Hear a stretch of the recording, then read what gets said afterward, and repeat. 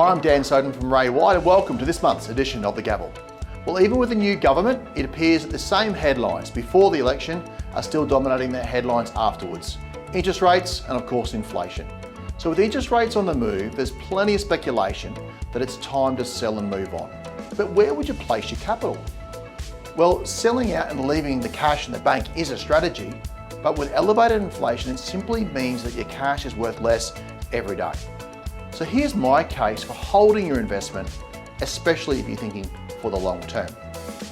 Now, the rental market has risen with the median rental change across the Sunshine Coast by just over 20% over the last 12 months.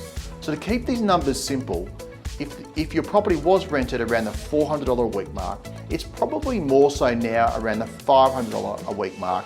It's a gross increase of around $100 a week, or say $5,200 on a yearly basis.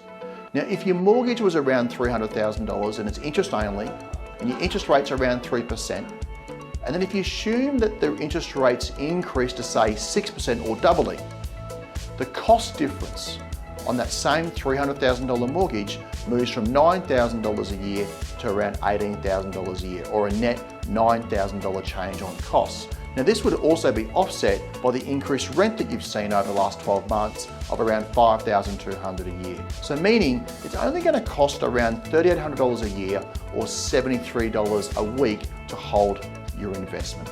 And lastly, if you've been lucky enough to have paid off the bulk of your loans whilst the interest rates have been next to zero, then really any interest rate change that may occur over the coming years will have really no immediate impact on you. Now, as much as the media will focus on interest rates, what we're seeing on the ground is that developers and builders are really struggling to produce and build new property. So with less new supply coming to the market and less investors purchasing, it's likely that rental supply will remain tight, and with existing demand remaining consistent, it's likely that rents will remain strong in the months to come.